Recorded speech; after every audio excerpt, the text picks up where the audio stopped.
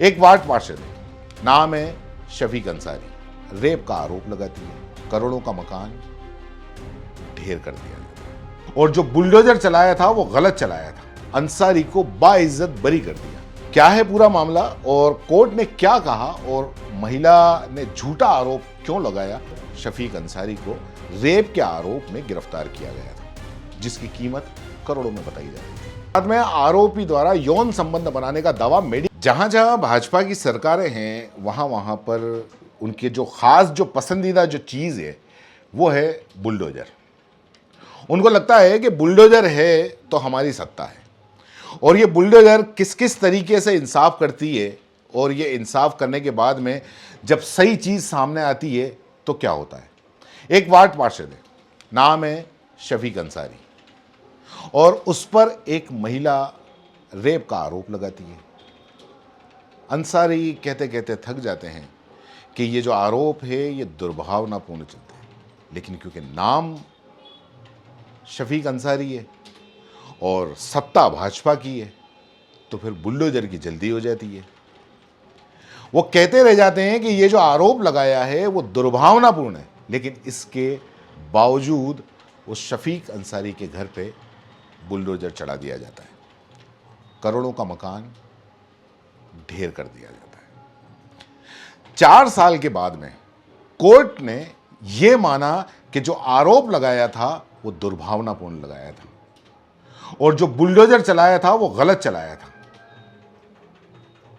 और कोर्ट ने महिला पर ही सवाल उठाते हुए अंसारी को बाइज्जत बरी कर दिया। अब इस सरकार से कौन सवाल करेगा कि हुजूर जो आपने बुलडोजर चलाया था वो इंसाफ के लिए नहीं, अपनी वोटों के लिए चलाया था। जो सरकार शहंशाह बनते हुए अंसारी के करोड़ों का मकान उसने गिराया, उस पर बुलडोजर चलाया, अब उस सरकार से सवाल कौन करेगा? क्या है पूरा मामला और कोर्ट ने क्या कहा और महिला ने झूठा आरोप क्यों लगाया, ये पूरी इस खबर के अंदर बताएंगे। आखिरी तक देखिए और चैनल को सब्सक्राइब नहीं किया है तो करिए। मार्च 2021 राजगढ़ मध्य प्रदेश के जो राजगढ़ में मध्य प्रदेश के रहने वाले एक पूर्व पार्षद शफीक अंसारी को रेप के आरोप में गिरफ्तार किया गया था। उनके बेटे और भाई के खिलाफ एक जो एफआईआर दर्ज की गई थी क्योंकि उन्होंने साथ दिया था और यही नहीं, आरोप लगने के तुरंत बाद घर को अवैध बताते हुए गिरा दिया, जिसकी कीमत करोड़ों में बताई जा रही थी। अब लगभग 4 साल के बाद में अदालत ने कहा कि उन पर लगे सभी आरोप झूठे हैं और इस मामले में 14 फरवरी 2025 को अदालत ने शफीक अंसारी के साथ सभी को बरी कर दिया। जानकारी के मुताबिक राजगढ़ जिले के प्रथम अतिरिक्त सत्र न्यायाधीश चित्रदीप ने यह पाया कि जो महिला और उसकी जो पति है, उनकी गवाही के अंदर काफ़ी विसंगतियां हैं। मतलब महिला कुछ और बोल रही है, पति कुछ और बोल रहा है, बयान कुछ और देते हैं, आज कुछ और कहा, कल कुछ और कहा। जो सत्र न्यायालय ने 14 फरवरी को सुनाए गए अपने फैसले के अंदर कहा कि आरोपी शफीक अंसारी के घर पर पीड़िता की जो मौजूदगी थी वो ही संदिग्ध है, यानी कि वो वहां पर थी या नहीं थी यही तय नहीं हो पा रहा है। पीड़िता के साथ में आरोपी द्वारा यौन संबंध बनाने का दावा मेडिकल का जो वैज्ञानिक साक्ष्य है वो उससे साबित ही नहीं होता। पीड़िता ने घटना के बारे में अपने पति को देरी से सूचित करने या रिपोर्ट दर्ज कराने में देरी के लिए कोई संतोषजनक कारण भी नहीं बताया। आपको बता दें कि अभियोजक पक्ष के ओर से यह दावा किया गया था कि 4 फरवरी 2021 को अंसारी ने महिला को उसकी बेटी की शादी के में मदद की पेशकश की थी और उसके बहाने घर बुलाया था।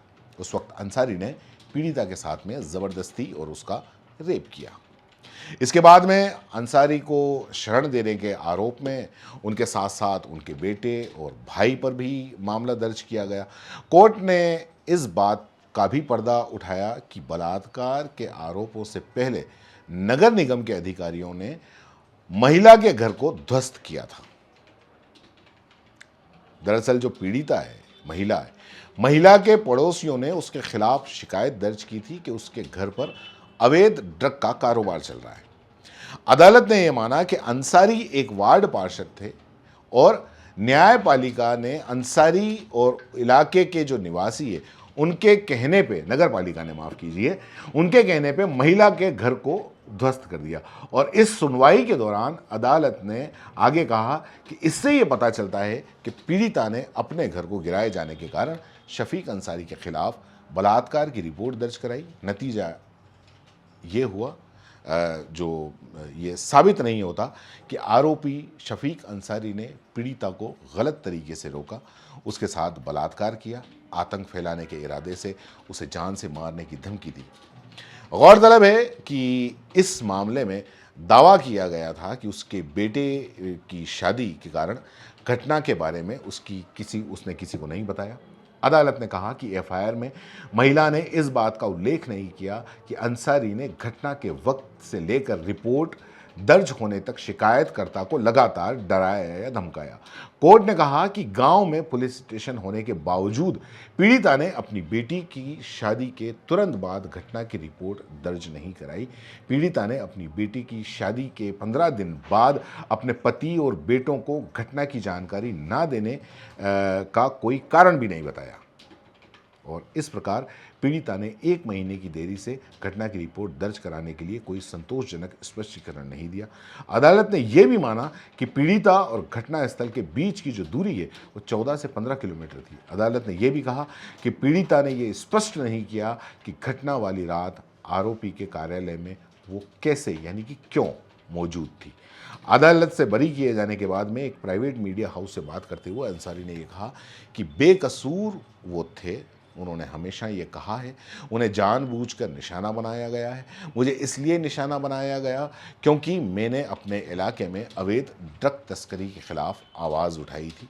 महिला ने बदला लेने के लिए मेरे खिलाफ झूठी शिकायत दर्ज करवाई। अपने घर को ध्वस्त किए जाने की बात को लेकर अंसारी ने यह भी कहा कि मुझे कोई नोटिस नहीं दिया गया, सुबह 7 बजे मेरा घर तोड़ दिया। पुलिस ने मुझे आत्मसमर्पण करने के लिए मजबूर किया और दबाव बनाने के लिए ऐसा किया। मैं जल्द ही विध्वंस के खिलाफ अपील दायर करने जा रहा हूं। जमानत पर बाहर आने के बाद में मुझे अपने भाई के घर पर रहना पड़ा और जो अपना पैतृक घर है वहां पर मैं शिफ्ट हो गया हूं। इस पूरे मामले की वजह से पूरे परिवार को काफ़ी नुकसान उठाना पड़ा। कोर्ट से बरी होने के बाद में अब इस मामले में अंसारी क्या एक्शन लेते हैं ये तो वक्त ही बताएगा।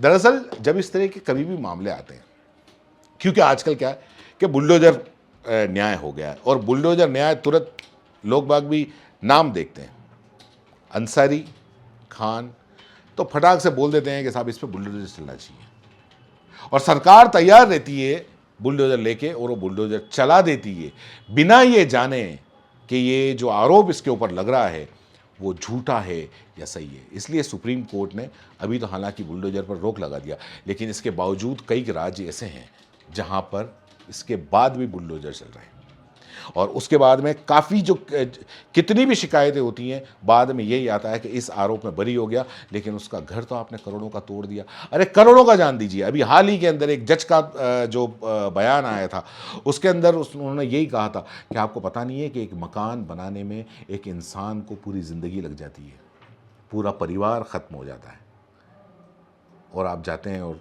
उस मकान को तोड़ देते हैं। बहरहाल इस खबर के बारे में आप क्या कहना चाहेंगे नीचे कमेंट बॉक्स में लिखें। फिलहाल के लिए इतना ही।